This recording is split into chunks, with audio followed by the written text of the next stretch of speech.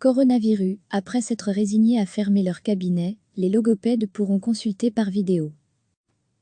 Avec les dentistes, les ostéopathes ou les kinésithérapeutes, les logopèdes sont une des professions paramédicales qui ont dû subir des conséquences négatives suite aux mesures prises par le gouvernement dans le cadre de la lutte contre la propagation du coronavirus. Beaucoup de logopèdes exercent dans le milieu scolaire et la fermeture des écoles les a empêchés de travailler. Dès le 18 mars, l'Union professionnelle des logopèdes francophones conseillait à ses membres de ne plus traiter que les interventions urgentes, ce qui supposait de désinfecter la salle d'attente et les locaux utilisés pour la consultation et de porter du matériel de protection. Mais dans la pratique, il est quasiment impossible de respecter les normes de distance sociale quand on est logopède. Les patients sont souvent des enfants ou des personnes en rééducation. C'est pourquoi la plupart des logopèdes ont dû se résigner à fermer leur cabinet. C'est une profession où il y a très peu de salariés. Les indépendants peuvent demander de bénéficier du droit passerelle, revenu de remplacement, et de reporter, le paiement des cotisations sociales. Degré à lire aussi toutes les infos sur le coronavirus depuis la semaine dernière. La liste des prestataires qui peuvent donner des consultations vidéo a été complétée.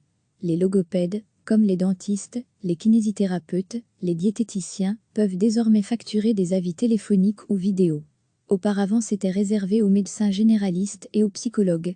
L'INAMI a adapté certaines règles de l'assurance soins de santé. Le tarif pour des avis téléphoniques est de 20 €, mais le patient ne paie rien. Les prestataires de soins facturent directement à la mutualité via le régime du tiers payant. Mais ils ne peuvent pas facturer des frais supplémentaires ou des suppléments aux patients. Afin de rendre possible et légale la continuité des soins en matière de logopédie, les associations professionnelles ont défini, dans l'urgence, un cadre pour la télélogopédie. Ce cadre reprend les principes de base, les pathologies concernées, les groupes cibles et les modalités pratiques. Une plateforme d'accès aux soins à distance est en cours d'élaboration. Cette plateforme doit être sécurisée afin de garantir la protection des données de santé. Elle sera disponible prochainement. Recevez chaque matin l'essentiel de l'actualité. Avec les dentistes, les ostéopathes ou les kinésithérapeutes, les logopèdes sont une des professions paramédicales qui ont dû subir des conséquences négatives suite aux mesures prises par le gouvernement dans le cadre de la lutte contre la propagation du coronavirus. Beaucoup de logopèdes exercent dans le milieu scolaire et la fermeture des écoles les a empêchés de travailler. Dès le 18 mars, l'Union professionnelle des logopèdes francophones conseillait à ses membres de ne plus traiter que les interventions urgentes, ce qui supposait de désinfecter la salle d'attente et les locaux utilisés pour la consultation et de porter du matériel de protection. Mais dans la pratique, il est quasiment impossible de respecter les normes de distance sociale quand on est logopède. Les patients sont souvent des enfants ou des personnes en rééducation.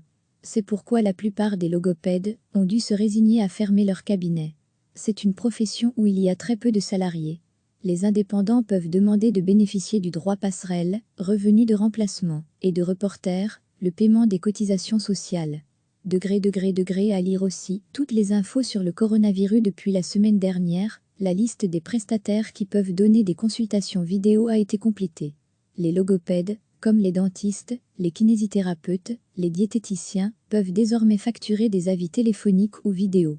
Auparavant, c'était réservé aux médecins généralistes et aux psychologues. L'INAMI a adapté certaines règles de l'assurance soins de santé. Le tarif pour des avis téléphoniques est de 20 €, mais le patient ne paie rien. Les prestataires de soins facturent directement à la mutualité via le régime du tiers payant. Mais ils ne peuvent pas facturer des frais supplémentaires ou des suppléments aux patients. Afin de rendre possible et légale la continuité des soins en matière de logopédie, les associations professionnelles ont défini, dans l'urgence, un cadre pour la télélogopédie. Ce cadre reprend les principes de base, les pathologies concernées, les groupes cibles et les modalités pratiques. Une plateforme d'accès aux soins à distance est en cours d'élaboration.